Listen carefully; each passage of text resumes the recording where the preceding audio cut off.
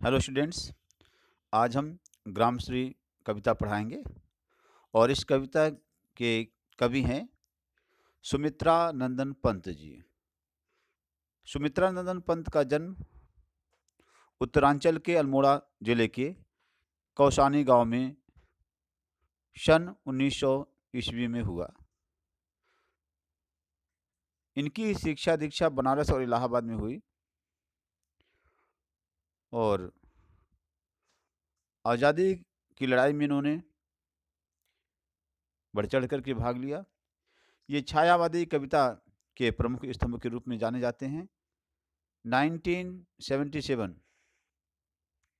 में इनकी मृत्यु हो गई।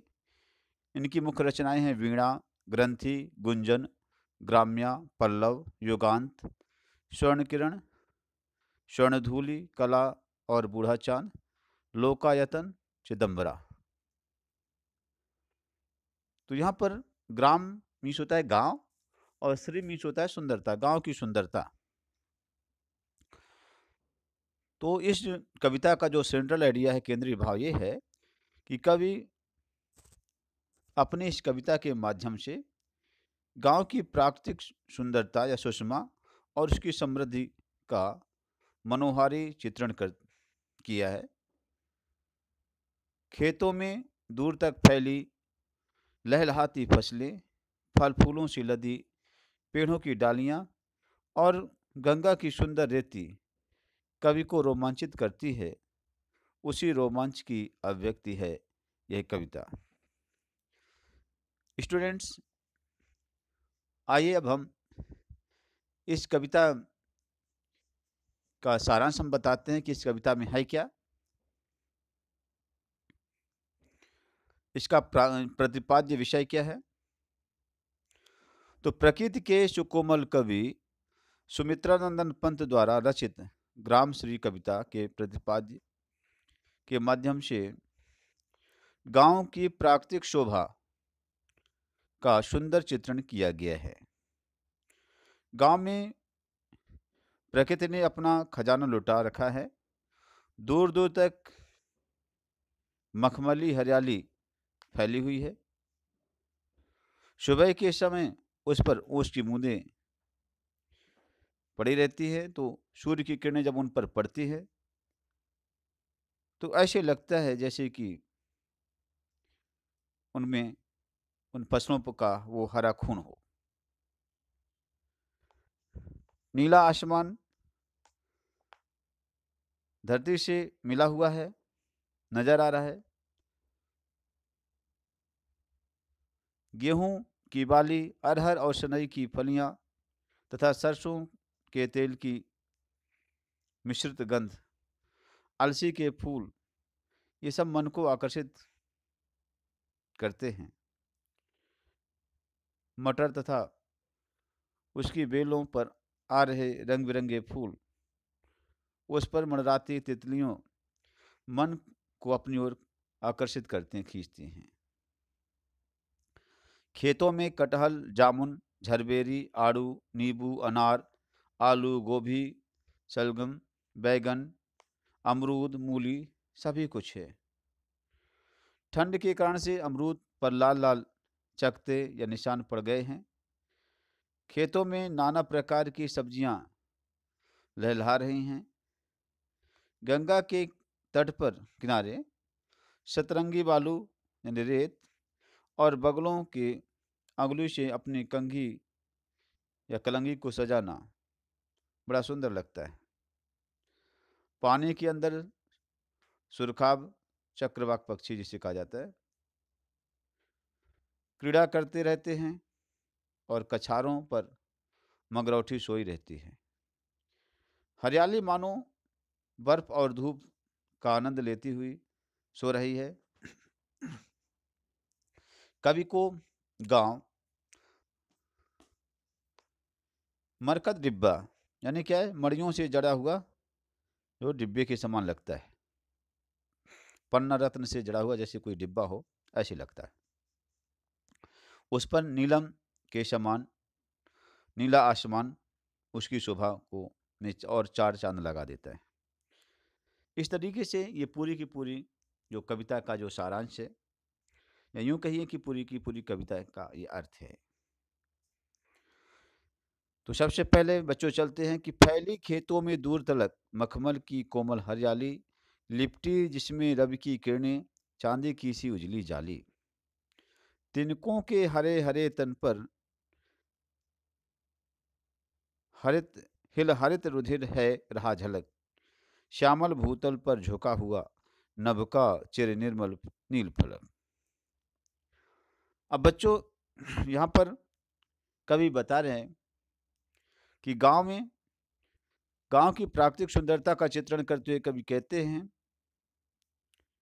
कि गांव में क्या है, खेतों पर दूर दूर तक मखमल की तरह मख जो तो मखमली हरियाली जो तो फैली हुई है, जिसमें क्या है, फैली जिसमें रवि की किरणें, उसमें सूरज की किरणें कैसे फैली हुई हैं, चांदी की सी उजली जाली, जैसे चांदी की गयो तो उसी जाली, तो चांदी की जाली की तरह से मतलब क्या है, जैसे बच्चों रात में क्या होता है कि पेड़ पौधों के ऊपर क्या ओस की बूंदें पड़ जाती हैं। अब वो क्या है, ओस की बूंदें सफ़ेद रंग की होंगी, है ना, और उसमें क्या है, सूरज की जब रोशनी पड़ती है तो उसको कवि ने क्या कह दिया, जैसे क्या ये चांदी की जाली है, जैसे उसके ऊपर लिपट गए। अब तिनके के हरे हरे तन पर हिल हरित रुधिर है रहा झलक, और जब वो क्या है हिलती डुलती हैं, हवा चलती है, तो वही क्या है, ओस की बूंदों पर सूरज की जो रोशनी पड़ती है, तो वो क्या है ऐसे लगता है जैसे क्या है, जो तिनके हैं उनके शरीर पर क्या है, उसका हरे रंग का खून जो है दिखाई दे रहा हो। वैसे ब्लड जो होता है रेड कलर का होता है, लेकिन क्या है, आप सभी को मालूम है ना, पेड़ पौधों में क्या है, क्लोरोफिल होता है, क्लोरोप्लास्ट होता है ना, जिसके कारण से वो क्या है, हरा रहता है उसका रंग। तो राइटर ने यहाँ पर उसी का जिक्र किया है। साथ में क्या है, श्यामल भूतल पर झुका हुआ, श्यामल में श्यामले जो है रंग के, मटमैले रंग के, भूतल मतलब क्या है, इस धरती पर कौन झुका हुआ है, नभ का चिर निर्मल नील फलक, पूरा आसमान जो है कैसे निर्मल मन पवित्र आसमान क्या है, नीले फलक की तरह जो तो मतलब सेमी सर्किल जो है की तरह वहां पर क्या है, उसके ऊपर ढका हुआ है। अब बच्चों यहाँ पर जैसे क्वेश्चन बनते हैं, पंत जी ने हरियाली को मखमल के समान कोमल क्यों कहा है, तो अर्थ ग्रहण संबंधी प्रश्नोत्तर आप देखेंगे, तो जहाँ पर इसका आंसर सब इन सभी क्वेश्चन का आंसर आपको क्या है मिल जाएगा, है ना, जब आप इन सब जैसे क्वेश्चन नंबर फर्स्ट है तो इसका आंसर आपको अगले पेज में ये देखिए, आप सभी को इनमें अर्थग्रहण संबंधी प्रश्नों के उत्तर मिल जाएंगे।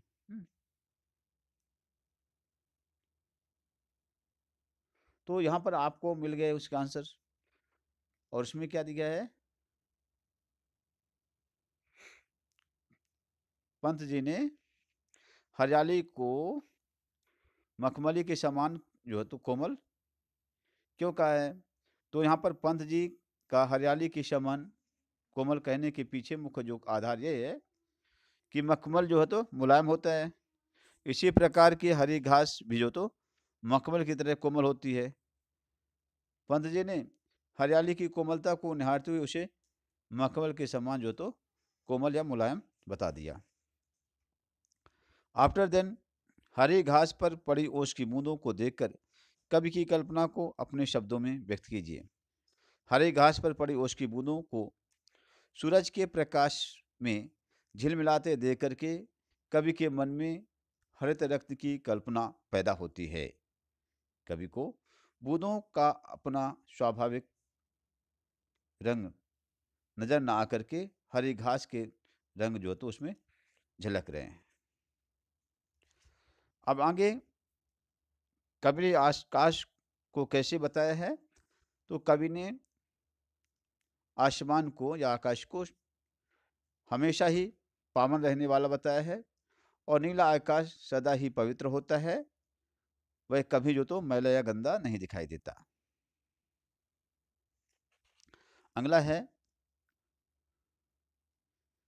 यहाँ पर पूरी पंक्तियों का भाव क्या है, तो पूरी पंक्तियों का भाव यही है, मूल भाव यह है कि गांव के खेतों में फैली हरियाली मनमोहक होती है।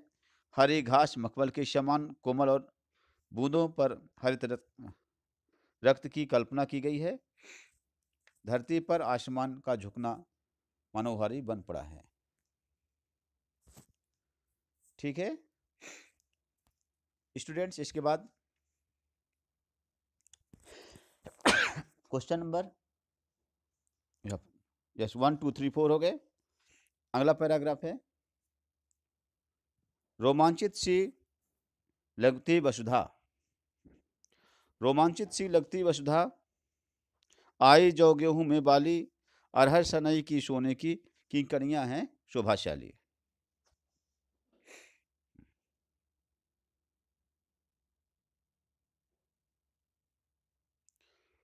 तो इसमें से राइटर ने जो बताया है, ठीक है, धरती कैसे लग रही है, रोमांचकारी लग रही है। कैसे लग रही है धरती, रोमांचकारी कारी लग रही है। रोमांचकारी लगने के पीछे क्या है, क्यों क्यों लग रही है, क्या कारण है कि धरती रोमांचकारी लग रही है? हुँ? तो उसका मुख्य कारण यह है कि धरती अपनी शोभा, वहाँ उसकी जो शोभा इतनी ज़्यादा है, शोभा धरती की में इतनी ज़्यादा सुंदरता है, ठीक है, कि कवि जब उसे देखता है तो वह उससे रोमांचित हो उठता है ना? अब शोभा किस बात की है? उसको कवि ने बता दिया कि गेहूँ की बालियाँ, अरहर और सनई के उसमें फल आ जाना, जो कि क्या है, किंकिणियों की तरह, घुंचुओं की तरह, है ना? घुंघरू की तरह जो तो, जैसे घुंघरू नहीं होते हैं, तो घुंघरू की तरह जो तो कौन है हो गए, अरहर और सनई के फल उसमें लग गए हैं। तो ये सब देखता जाए कवि, तो क्या है, पूरी धरती उसे क्या है, रोमांचकारी लगती है। तो रोमांचित सी लगती वसुधा, वसुधा क्यों रोमांचकारी कवि को लग रही है, क्योंकि जब उसने देखा, क्या सुंदरता देखी, गेहूं पर क्या है, बालियां आ गई, अरहर और सनई में सोने की तरह सुनहरे जो तो उसमें फलियां लग गईं, जैसे कि क्या है, वो घुंघरू हों की तरह उसमें। उड़ती भीनी तैलक्त गंध, तैलक्त में तेल से डूबी हुई गंध क्या है, फूली सरसों, पीली पीली सरसों में पीले पीले रंग के फूल आ गए हैं, और वो पीले रंग के फूल क्या है, उसकी गंध में उससे निकलने वाला, जहाँ वहाँ पास से गुजरने वाली हवा क्या है, उसमें तेल की गंध, तैलीय गंध जो है, खुशबू जो है चारों ओर फैली हुई है। लो हरित धरा पर झांक रही, नीलम की कल तीसी नीली। यहाँ पर क्या है, हरी भरी धरा में क्या, नीलम की कली की तरह, तीसी, तीसी मतलब क्या था, अलसी, तीसी मतलब क्या होता है, अलसी। और हरी भरी उस धरती में नीला फूल होता है उसका, अलसी का, इसलिए कवि ने क्या कह दिया कि जैसे नीलम की तरह की कली की तरह जो तो तीसी झांक रही है, देख रही है। तो धरती यहाँ पर हो गया। अलसी का पौधा अरहर व सनई के मध्य कैसे प्रतीत होता है, जैसे खा नंबर है भी देखिए, अरहर और सनई के पौधे काफी बड़े होते हैं, है ना? तो कभी रोमांचित हो उठता है, लेकिन उसकी अपेक्षा अलसी का पौधा क्या हो, छोटा होता है। अलसी के पौधे को देख करके ऐसा लगता है मानो क्या है, नीलम की क्या है, उसमें से नीलम की कली हो। आगे राइटर कहता है, वातावरण में सरसों का पौधा क्या परिवर्तन ला देता है। देखिए, सरसों के पौधे से क्या होता है, तेल की भींगी भींगी जो तो गंध जो तो, या खुशबू जो चारों ओर फैल जाती है।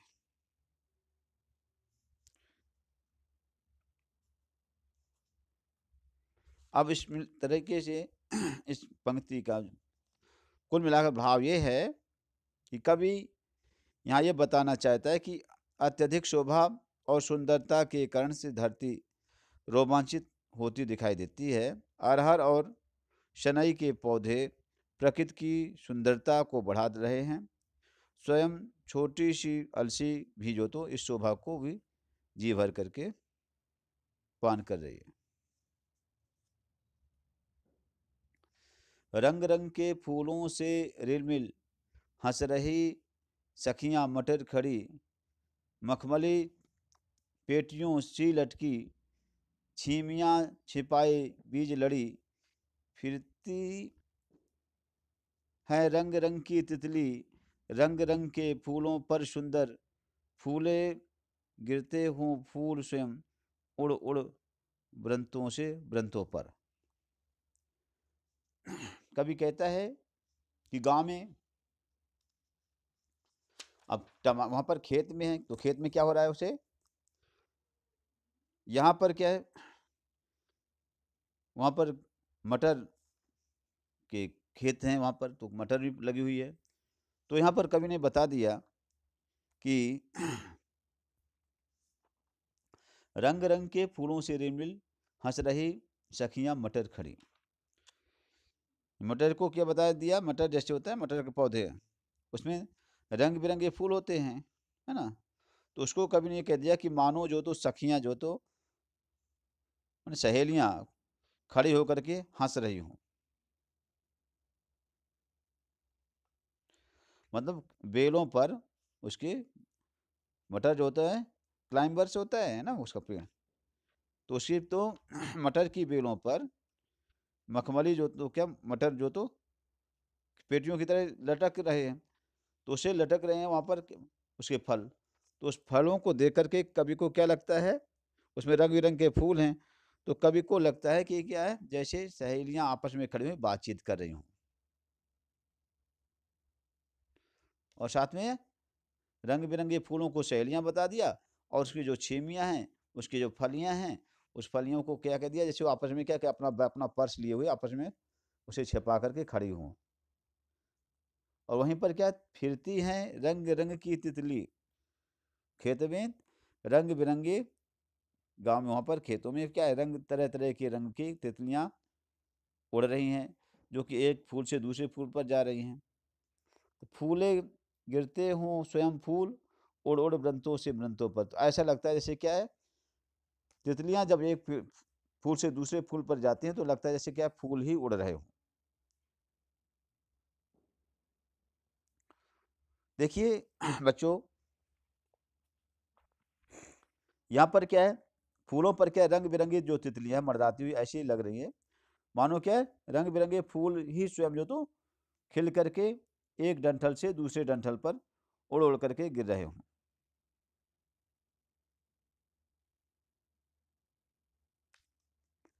ठीक है।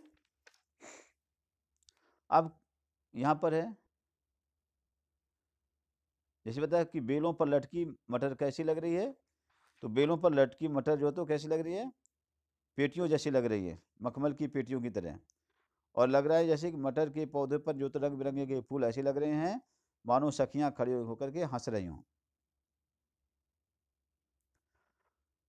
फूलों पर मटर जो तो हो गया, फिर मंडरा रही तितलियां कैसी नज़ारा प्रस्तुत करें, तो फूलों पर रंग बिरंग की जो तितलियां जो तो बताया कि मैंने बताया इसके पहले कि मंडरा रही है, तो ऐसा लगता है जैसे क्या है,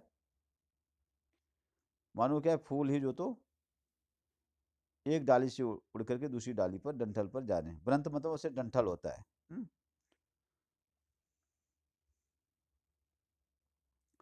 उपर्युक्त पंक्तियों में किस ऋतु का वर्णन किया गया है और क्यों? तो देखिए इन पंक्तियों पर बच्चों बसंत ऋतु का चित्रण किया गया है, क्योंकि मटर क्या है बसंत ऋतु में ही जो तो आती है, तथा फूल भी सबसे अधिक जो तो बसंत में ऋतु में ही खिलते हैं। अब रजत स्वर्ण मंजरियों में, अब आगे देखिए, अब रजत स्वर्ण मंजरियों से लद गई आम्रतरु की डाली। अब क्या है, रजत मीन्स होता है चांदी, और स्वर्ण मीन्स होता है सोना। अब चांदी और सोने की मंजरी, मंजरी किसे कहते हैं? एक्चुअली में जिसे बौर कहते हैं आप लोग ना, आम के फूल को बौर कहा जाता है। अब क्या बसंत ऋतु में, जैसे आपको मालूम ही है कि आम के जो वृक्ष होते हैं उनमें बौर आ जाती है, फूल आ जाते हैं।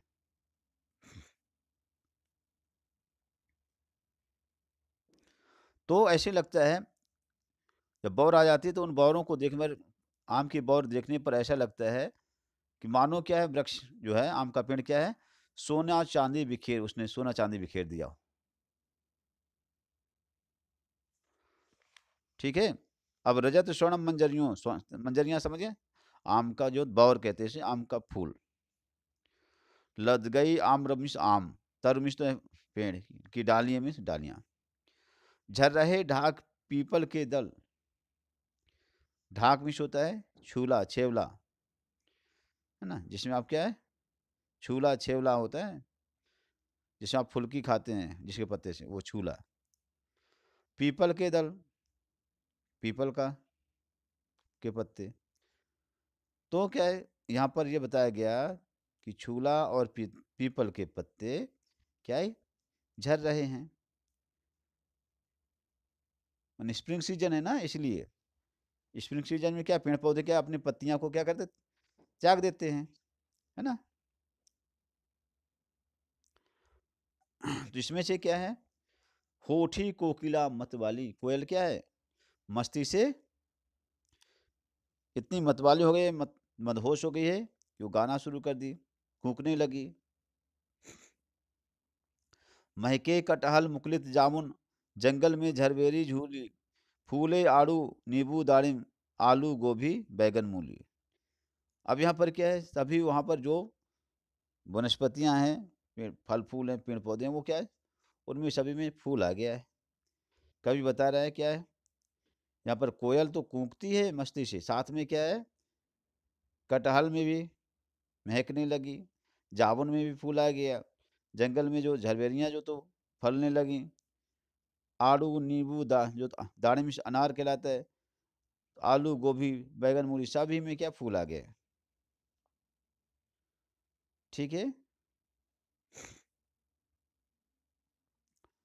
तो मीठे पीले मीठे अमरूदों में अब लाल लाल चित्तियां पड़ी, ठंड के कारण से क्या हो गया है, पीले रंग का जो पका हुआ अमरूद है अब उसमें क्या लाल लाल धब्बे पड़ गए, चित्तियां पड़ गई हैं।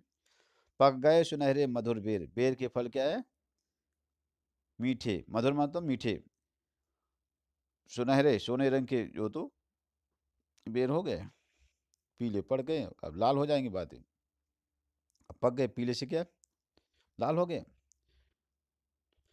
आंवली की तरु की डाल झड़ी, और आंवला जो है, कि आंवले की डाली क्या है, फलों से क्या, आंवले के फलों से क्या, जैसे कि नग की तरह उसमें उसमें जड़ गई, पूरी डाली में आंवला ही आंवला जो तो का फल लगा हुआ है, जड़ गया है। लह लह पालक मह मह मैया, धनिया, पालक लहरा रही है, धनिया महक रही है, गमगमा रही है। लौकी और सेम फली फैली, लौकी भी क्या है, एकदम चारों ओर लौकी की बेल जो है तो फैली हुई है, सेम की बेल फैली हुई है। मखमली टमाटर हुए लाल, जो मखमल की तरह मुलायम टमाटर क्या हो गए हैं, अब लाल हो गए हैं। मिर्चों की बड़ी हरी थैली, और मिर्ची क्या, बड़े के गुच्छे क्या है, हरी भरी थैली की तरह नजर आ रहे हैं।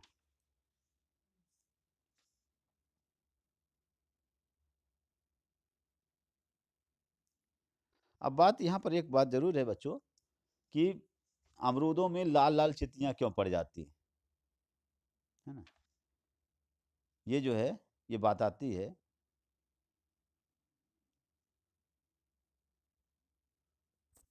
वो इसमें से आप लोग क्या है पता करेंगे कि यह है बसंत ऋतु में जैसे होता है, ठीक है, ठंड के कारण से ही क्या है अमरूदों पर लाल लाल चित्तियां पड़ जाती हैं।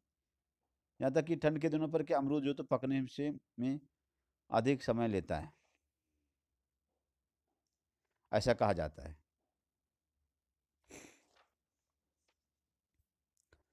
बालू की सीपी से अंकित, बालू की सी जो बालू सॉरी बालू के सांपों से अंकित, गंगा की सतरंगी रेती, सुंदर लगती सरपत छाई, तट पर खरबूजों की खेती, अंगुली की कंघी से बगुले कलंगी संवारते हैं कोई, तिरते जल में सुरखाब पुलिन पर मंगरौठी रहती सोई।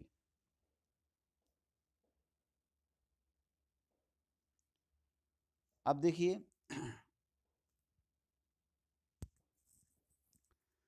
यहाँ पर राइटर ने बताया है बालू के सांपों से अंकित। अब क्या है, यहाँ पंत कवि ने क्या है, गंगा नदी को जो तो सांप के रूप में चित्रित किया है। कैसे? गंगा के किनारे पर जो बालू है सीधी ना होकर के सांप की तरह टेढ़ी मेढ़ी होकर के कहते हैं चलती है, दिखाई देती है। उसमें लहरों के क्या होता है, जैसे बालू लहर आई, लहर का भी प्रभाव इफेक्ट होता है। दूसरी बात क्या है, जैसे छोटे मोटे जीव जंतु है, जैसे सीप है, घेंगा है, ये भी क्या वहाँ खिसकते हैं बालू रेत में, तो क्या उससे भी निशान बन जाता है, लहरों का भी निशान बन जाता है। तो वो क्या है, जो रेत ऊंची नीची रेत है जैसे है, तो देखने पर कभी को क्या लगता है जैसे सांप बन गए हो। ऐसा लगता है जैसे क्या कि बालू जो है रेत का, पर जो तो सांप जो तो अंकित कर दिया, बना दिया। बालू के सांपों से अंकित गंगा की सतरंगी रेत, सतरंगी मन 7 रंग की रेत। तो यहाँ पर देखिए गंगा की जो रेत होती है चमकीली होती है, और आपको सभी को मालूम है कि जब क्या है चमकती हुई रेत है, जैसे व्हाइट कलर की अगर रेत है वहाँ पर क्या है, व्हाइट कलर में से प्रिज्म का आपने स्पेक्ट्रम जो तो बेबग्योर के बारे में सुना होगा। तो वैसे भी क्या है, जब उसमें लाइट पड़ती है तो ऑलरेडी क्या है 7 कलर्स उसमें अलग डिफरेंट समझ में आने लगते हैं। तो गंगा की जो यहाँ पर रंग बिरंगी रेत बताया गया, तो सतरंगी 7 रंग की रेत कैसे हो जाती है? गंगा में ऐसा नहीं कि 7 रंग की रेत रहती है। यहाँ पर क्या है, उसकी चमक ऐसी है कि उसमें क्या, उस चमक में क्या है, सातों रंग जो तो जैसे दिखाई देते हैं, ऐसा राइटर ने कह दिया। रंग बिरंगी रेत सुंदर लगती है, सुंदर लगती सर पर छाई, तट पर खरबूजों की खेती। और गंगा के किनारे जो खरबूजों की जो खेती है वह भी क्या है, बहुत कछारों पर बहुत ही प्यारी लगती है। सरपत मैंने क्या है, गंगा नदी के जो कछारों पर जो, ठीक है, तरबूजों की खेती है, वो बहुत ही मनमोहक लग रही है। यहाँ पर क्या हो रहा है आगे, बगलों की, यहाँ पर तट पर बगलों, तो अंगुली की कंघी से बगले कलंगी संवारते हैं कोई, कहीं कहीं पर क्या, वहाँ पर खड़े हुए बगले क्या है अपनी उंगलियों से पंजे से क्या है अपने सिर को खुजला रहे हैं, तो कभी वो क्या लग रहा है कि वो कंघी अपनी बना रहे हैं। तिरते जल में सुरखा, सुरखा पक्षी चक्रवाक पक्षी जिसे कहा जाता है, वह के पानी में, गंगा के पानी में तैर रहे हैं, पुलिन पर मंगरौठी रहती सोई। और यहाँ पर उसका चारों पर क्या है, मंगरौठी क्या है मैदान पर सो रही है।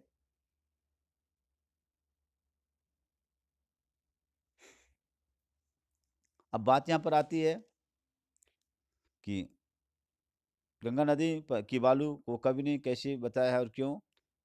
तो बच्चों गंगा नदी की बालू को कवि ने क्या है सांपों के रूप में चित्रित किया है। गंगा के तट पर बालू जो तो सीधी ना होकर के सांप की तरह टेढ़ी मेढ़ी होकर के चलती सी दिखाई देती है, लहरों के चलते चलाते शायद मे बी। तो ऐसा उसे लगता है कि जैसे क्या बालू के रेत के जो सांप वहाँ पर बना दिए गए हैं। गंगा नदी की बालू हो गया। फिर गंगा नदी के तटीय सौंदर्य के बारे में आप बताइए। तो गंगा नदी का जो कछार है पर जो बालू मन को अपनी ओर आकर्षित कर लेती है ना, वहाँ पर तरबूजों की खेती हो रही है, बड़ी बड़ी घास लोगों के मन को मोह लेते हैं, बगुले और चक्रवाक पक्षी जो तो गंगा के जल में कीड़ाएं करते बहुत सुंदर लगते हैं। अगला क्वेश्चन आता है, बगुले नदी के किनारे क्या कर ले रहे हैं? तो बगुले क्या है, नदी के एक तट के किनारे क्या है भाई, मछलियाँ पकड़ने में मगन है, और वहीं पर क्या है, एक एक टांग से खुजली कर रहा है सिर में, उसको खुजलाते हैं, दूसरी टांग पानी के अंदर रहती है, ठीक है। तो यहाँ पर क्या है, उससे कभी को ऐसा लगता है कि जैसे अपनी कलंगी संवार रहे हैं, अपनी क्या है, कंघिया बना रहे हैं, कि हेयर स्टाइल ना बिगड़ नहीं पाए। इसके बाद क्या है, हंसमुख, अभी हंसमुख हरियाली हिम आतप, हंसमुख हरियाली हिम आतप, सुख से अलसाए से सोए, भीगी अंधियारी में निशिकी, तारक स्वप्नों में से खोए, मरकत डिब्बेशा खुला ग्राम, जिस पर नीलम नभ आच्छादन, निरुपम हिमांत के में स्निग्ध शांत, निज शोभा से हरता जनमन। तो बच्चों पूरा क्या है, इसमें से जैसे बताया गया कि हंसमुख हरियाली, हरियाली कैसी लग रही है, हरियाली एकदम हंसमुख लग रही है, ठीक है। और हिम आतप यहाँ पर क्या है, जैसे कि मैंने पहले बताया था आप लोगों से कि वहाँ पर क्या है, हिम का आतप, ठंड के प्रभाव से। अब ठंड के प्रभाव से क्या है, हरियाली मानो बर्फ और धूप के कारण क्या है, आनंद ले रही है। बताया था मैंने कि हरियाली जो तो मान के यहाँ पर जैसे बर्फ और धूप का आनंद ले रही हो, सो रही हो। तो कब यहाँ पर यही बात बताया कि हंसमुख हरियाली हिमातप, हरियाली क्या है, उस ठंड की इफेक्ट में क्या है, ठंड उससे जैसे लग रही है तो क्या है, बढ़िया सूरज की धूप ले रही हो, और सूरज की धूप लेकर के बढ़िया ठंड में आनंद ले रही हो और अलसाई हुई सो रही हो। क्योंकि वो क्या है, भीगी अंधियारी से निशिकी, तारक स्वप्नों में से खोए। वह क्या है, रात के अंधेरे में, निशी मतलब रात होता है, और भीगी अंधियारी में नमी जो थी, ठीक है। तो तारक स्वप्नों में से खोए, तारों के स्वप्न में जैसे खोए हुए। अचानक क्या हुआ, सूर्योदय हुआ। अब क्या होता है, अंधेरा था ना, रात में अंधेरे की बात हुई, अंधारे अंधेरे में डूबी हुई जो तो पूरा गांव डूबा हुआ था। अचानक क्या होता है, तो जैसे क्या है, वो तारों के स्वप्न देख रहे हैं, अचानक क्या है, सुबह होती है, और क्या होता है कि मरकत डिब्बेशा खुला ग्राम, पूरा गांव क्या है, पन्ना रत्न के डिब्बे की तरह जो तो रत्नों का डिब्बा लग रहा है उसे, और जिस पर क्या नीला जो तो आसमान कैसे लग रहा है, जैसे कि उसमें नीलम से उसे ढका गया हो। निरुपम हिमांत से स्निग्ध शांत, निज शोभा से जो तो हरता जनमन। कवियांग कहता है कि इस प्रकार से निरुपम, बिना उपमा के, जिसकी कि उपमा ही न दी जा सके, ठीक है, हिमांत से माने बर्फ के कारण से, ठंड के कारण से पूरा वातावरण क्या है, एकदम शांत हो गया है, और अपनी सुंदरता से आम आदमी के मन को क्या है, वो आकर्षित कर रहा है, खींच रहा है। तो कहना चाहिए इस तरीके से आपका जो है, सर्दी की धूप में हरियाली की शोभा अद्भुत होती है, और क्या है, सुखपूर्वक अलसाई सी वो नजर आती है। भाव यह है कि शिशिर ऋतु की जो तो धूप सुखदाई होती है, ठीक है। तो हमें क्या है, इस तरीके से मैंने आपको बता दिया बच्चों, सभी प्रश्नों उत्तर भी हो गए, और अब आप इसे क्या है, लिखिए। ओके, एक्सरसाइज में जैसे मैंने हर क्वेश्चन बता दिए हर पैराग्राफ में, तो एक्सरसाइज के सभी क्वेश्चन क्या है, आपके ऑलरेडी इन्हीं में से हैं, पूछे गए हैं। Okay students, thanks.